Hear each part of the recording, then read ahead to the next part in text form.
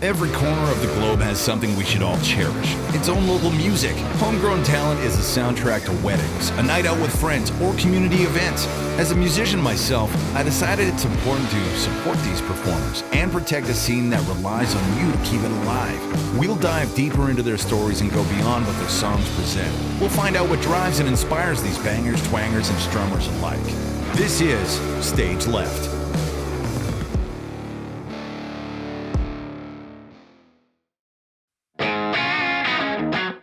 Any artist or band that's been around for a while knows that the gigs kind of eventually just blur together. But one of the most memorable shows for any artist is definitely the very first one. And Justin Mundy is no exception. I think actually the first show I played here, there was a big brawl that broke out. While you were playing? Yeah. Yes. That's rock and roll. Yeah, my bass player's friends were all punk rockers, you know, real hardcore kids or whatever. And we weren't the best, and I mean, I was 18, I was still starting out fresh. I was just learning a bunch of covers, like Brown Eyed Girl, and just you know, that three-chord rock stuff that I thought everybody would love. I didn't really bother to learn the song that well. I was like, we got this show, it's our first bar show, let's just throw it down, right? We'll just jam the rest of it. Well, yeah, some guy was like, man, this band is just terrible. And my bass player's friends heard that, and they stood up, and there was a whole big brawl, so I started playing Paranoid instead by Black Sabbath to get the mood right.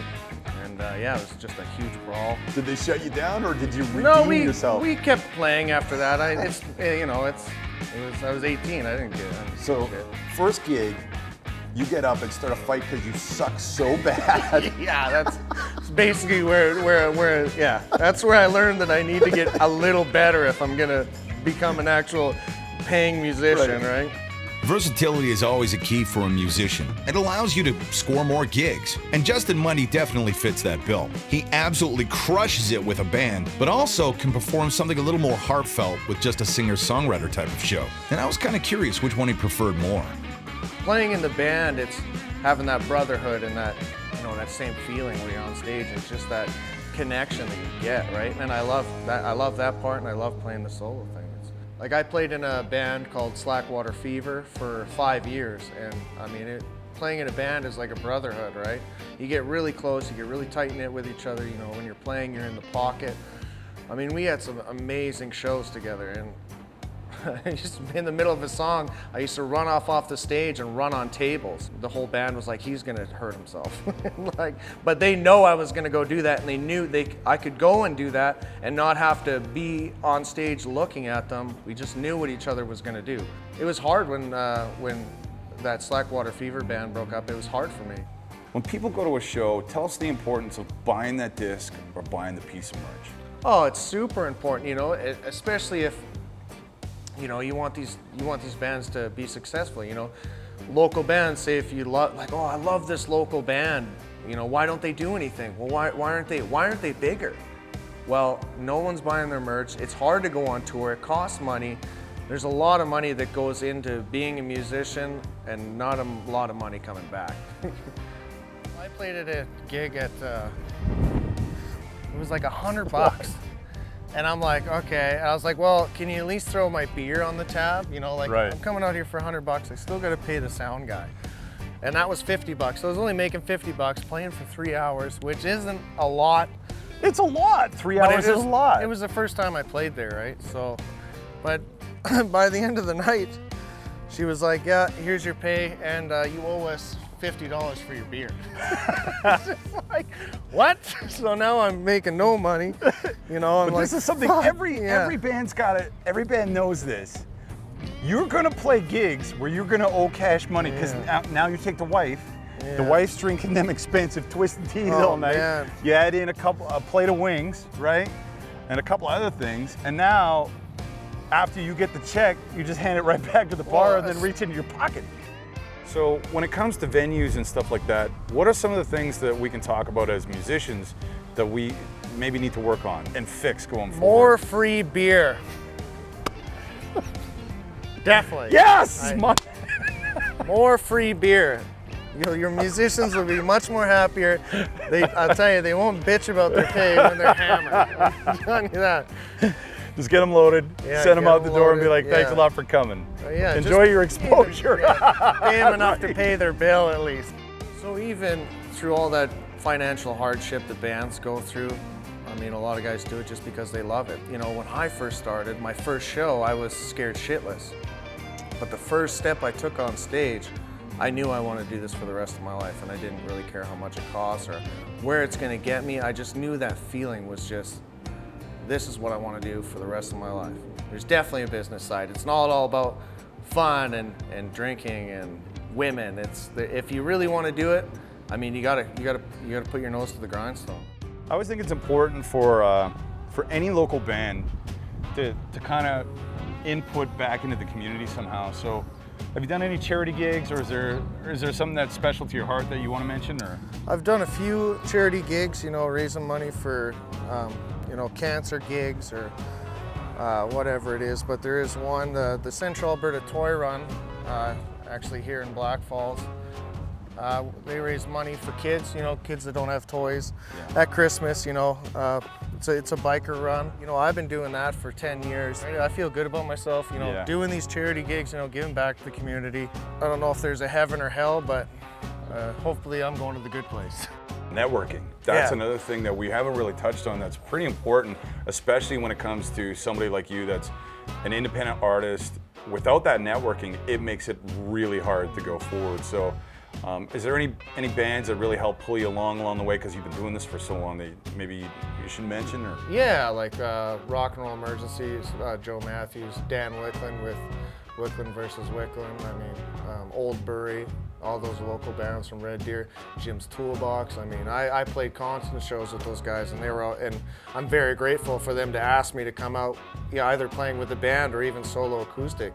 you can see behind us, obviously, all the bikes. Do you find that growing up in this kind of environment changed the way that you see your music? Because I imagine classic rock is what's jumping out at me right now. Are these what your influences are going forward? Oh, or? definitely growing up with bikers and, growing up to bikes. Yeah, definitely classic rock and roll, that riding music, you let the wind hit you and get that, that just pumped up music, Yeah, I used to wake up to bikes, that was my alarm clock, in the morning when I was a kid growing up. Right?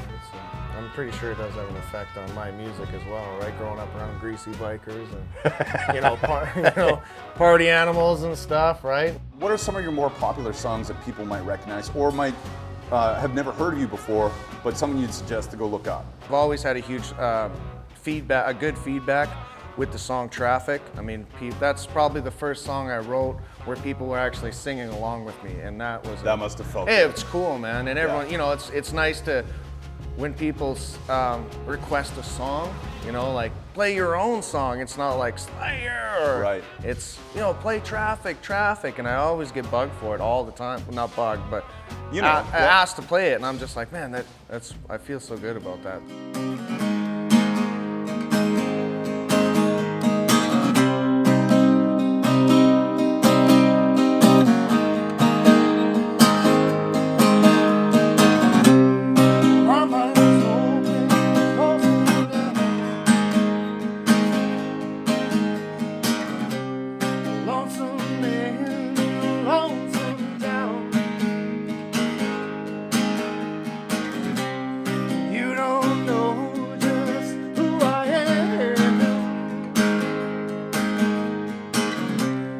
My life's a merry-go all around. I'm stuck in traffic, I can have that. I'd like to thank Denver from the Frank for sure. He helped me along. Like I said, he helped me learn guitar and gave me my first guitar to play, gave me my first PA. Dan Wickland for all the time he spent with me playing music. Joe Matthews from Rock and Roll Emergency, all the local bands. And I guess one more thing for all the other local bands and for the kids starting to put together their own groups. Any words of wisdom? Just keep rocking. You're always standing there. I've spent a little bit of time with Justin Mundy now, and it never occurred to me to ask him when his birthday was. But it wouldn't surprise me if he's a Gemini. The shit-talking tough exterior that likes to front a band on stage that has you out on the floor dancing your ass off all night, he's definitely that. But after a little bit of time, you can see the softer side of him too. He's also the guy sitting around the campfire with a dart half hanging out of his mouth while he strums on a six string, singing something that he's just making up as he goes, or singing an old favorite that we all know and love. We're not sure what wind, asphalt, and two wheels will inspire next, but you can bet your ass it'll be worth something catching a show for.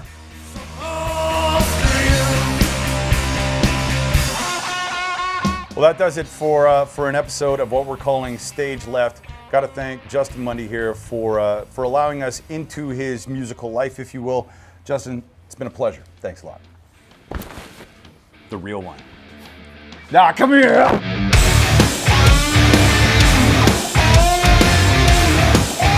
I think I was about 18 years old, and yeah, it was my first bar show. At a You believe that? I don't know if it picked it up. Probably. Do you take requests and stuff live on stage? Because that's pretty ballsy. I mean, I get requests. I don't play them. I mean, some guys are like, play Bohemian Rhapsody. It's like, I have a wooden stringed instrument here. You think I'm going to play Bohemian Rhapsody? Are you kidding me? Number one, it's a piano song. Yeah. And do I look like Freddie Mercury? What? I feel like there's a reason why men that look like myself picked up a guitar in the first place. See, you're not that bad look of a guy, but you're hiding behind the beard. Thanks, man. Thanks, dude.